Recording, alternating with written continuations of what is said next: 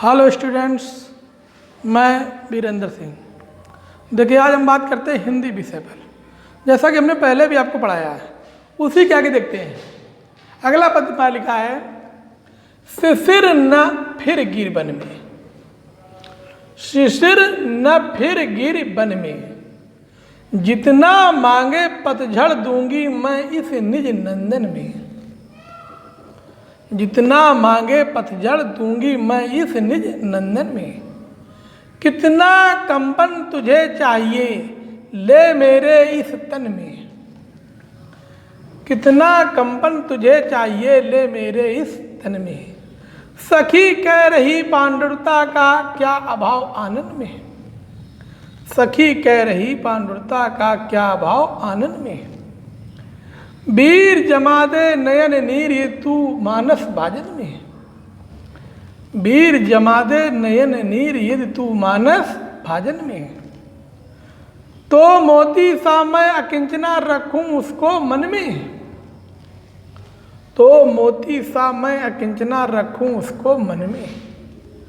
हंसी गई रो भी न सकूं मैं अपने इस जीवन में।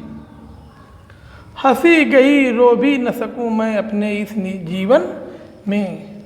तो उत्कंठा है देखूं फिर क्या हो भाव भुवन में।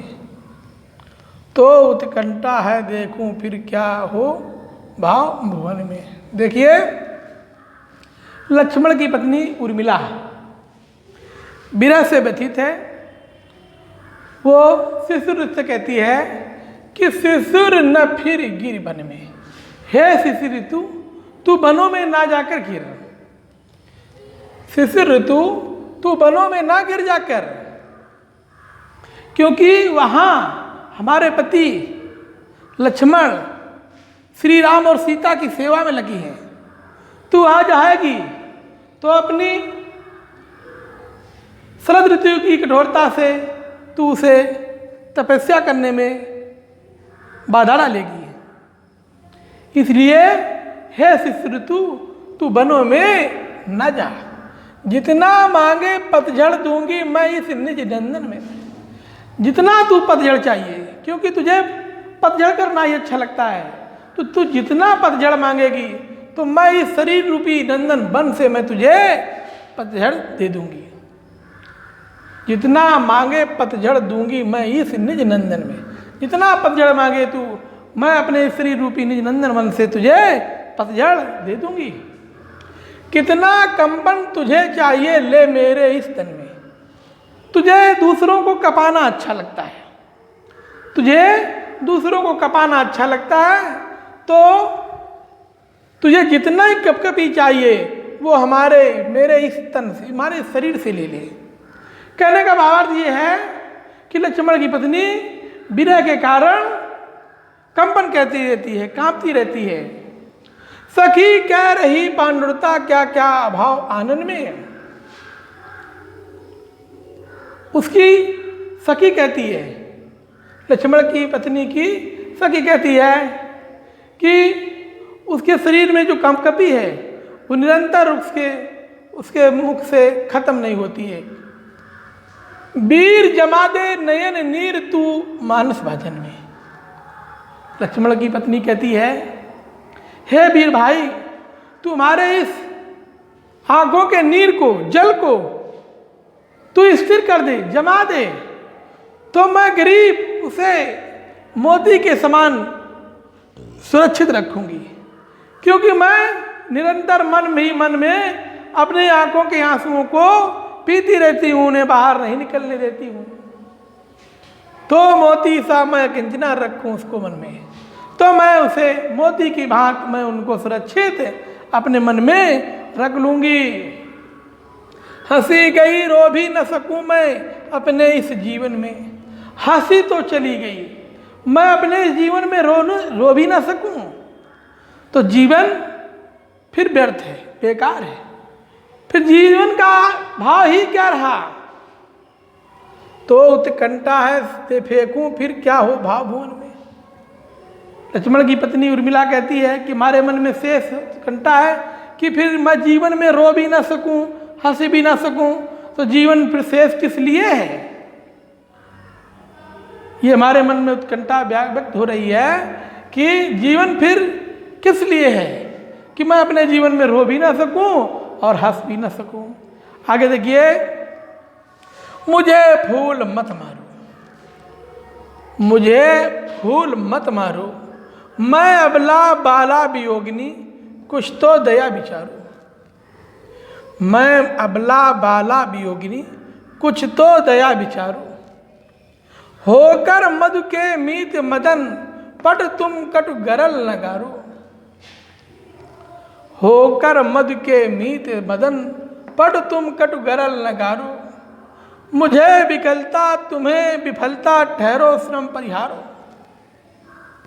मुझे विकलता तुम्हें विफलता, ठहरो श्रम परिहारो। नहीं भोगनी यह मैं कोई, जो तुम जाल पसारो। नहीं भोगनी यह मैं कोई, जो तुम जाल पसारो।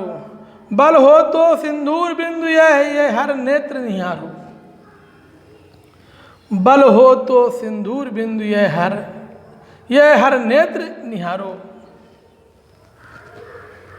रूप दर्द कंदर्प तुम्हें तो मेरे पति परवारो। रूप दर्द कंदर्प तुम्हें तो मेरे पति पर वारो। लो यह मेरी चरण धूल उस रति के सिर पर धारो। लो यह मेरी चरण धूल उस रति के सिर पर धारो। देखिए, लक्ष्मण की पत्नी उर्मिला, लक्ष्मण की पत्नी उर्मिला कहती है कि मुझे फूल मत मारो, हे कामदेव रूपी कामदेव, तुम पुष्पों का प्रहार मत करो। हे कामदेव, मुझ पर जो है पुष्पों का प्रहार मत करो। मैं अबला, कहाँ, मैं तो एक अबला हूँ, बाला वियोगी, दूसरी युवती हूँ और तीसरी वियोगिनी हूँ। मैं अबला, युवती और वियोगिनी हूँ। कुछ तो दया विचारो, कुछ तो हमारे प्रति दया का भाव रखो, विचार करो। होकर मधु के मीद मदन, पट तुम कटु गरल न करो। तुम कामदेव के मित्र हो, तुम कामदेव के मित्र हो। मधु के मीत मदन तुम, पट तुम कटु गरल न करो। तुम प्रहार, कटु प्रहार हमारे ऊपर मत करो। हे कामदेव, तुम मित्र हो पुष्पों के, तुम मुझ पर जो है कटु प्रहार मुझ पर मत करो। मुझे विकलता तुम्हें विफलता। तुम मुझ पर प्रहार करोगे तो तुम असफल होगी, तुम्हें सफलता नहीं मिलेगी। इसलिए ठहरो, रुको और आराम करो। कहने का भावार्थ यह है कि तुम मुझे एक पग भी विचलित, अपने मार्ग से एक पग के लिए विचलित भी नहीं कर सकते हो। नहीं भोगनी यह मैं कोई, जो तुम जाल पसारो। मैं भोग विलास की कोई स्त्री नहीं हूं, जो तुम ये अपना जाल फैला रही हो। लक्ष्मण की पत्नी कहती है कि मैं कोई भोग विलास की कोई स्त्री नहीं हूं, जो तुम ये जाल पसारे हो। बल हो तो सिंदूर बिंदु यह हर नेत्र निहारो। यह तुम्हें समर्थ है तो हमारे इस सिंदूर को देखो, जो शिव के नेत्र के समान भस्म कर देने वाला। हमारे सिंदूर बिंदु को देखो, जो शिव के हर नेत्र के समान भस्म कर देने वाला। रूप दर्द कंदर्प तुम्हें तो मेरे पति परवार। यह तुम्हें अपने रूप सौंदर्य पर घमंड है तो तुम हमारे पति के चरणों की धूल के बराबर नहीं हो। यह तुम्हें अपने रूप सौंदर्य पर घमंड है तो तुम मेरे पति के चरणों की धूल के बराबर नहीं हो। लो यह मेरी चरण धूल उस रति के सिर पर धारो। यह तुम्हें अपने पत्नी रति पर घमंड है तो वह हमारी चरणों की धूल के बराबर नहीं। ले हमारे चरणों की धूल उसके सिर पर धारण कर दो। लो यह मेरी चरण धूल उस रति के सिर पर धारो। कामदेव से कहती है लक्ष्मण की पत्नी उर्मिला, ये तुम्हें अपनी पत्नी रति पर घमंड है तो ये मेरी चरणों की धूल के बराबर नहीं है। लो ये मेरे चरणों की धूल उस रति के सिर पर धारण करो।